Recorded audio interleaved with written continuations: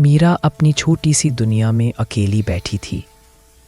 कमरे की खिड़की से बाहर हल्की बारिश हो रही थी और हर बूंद की आवाज़ उसके टूटे हुए दिल पर थपथपाहट कर रही थी।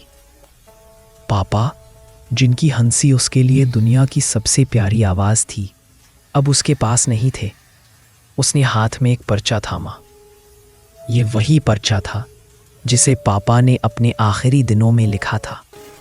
उसकी आंखें धीरे धीरे नम हो गई।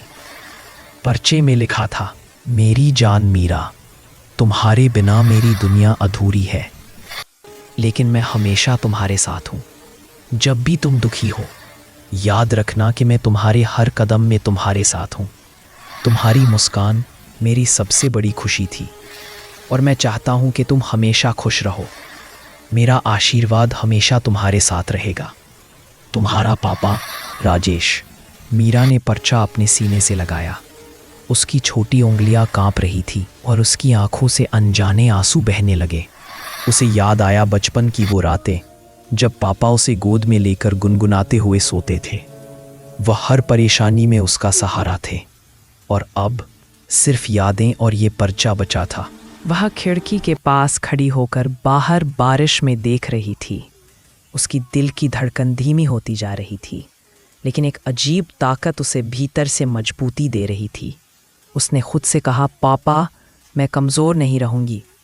आपकी यादों के साथ मैं हर मुश्किल को पार करूँगी।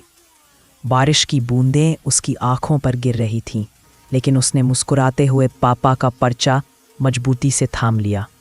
और उसी दिन उसने तय किया कि वह अपने पापा के सपनों को पूरा करेगी और उनके प्यार को अपनी ज़िंदगी की सबसे बड़ी ताकत बनाएगी। कभी कभी जब शाम के वक्त सूरज ढलता है, मीरा बालकनी में खड़ी होकर धीरे से कहती है, पापा, मैं ठीक हूँ। आपकी यादें और आपका प्यार हमेशा मेरे साथ है। और उसे महसूस होता है कि कहीं ना कहीं उसके पापा उसकी मुस्कान में अभी भी जिंदा है।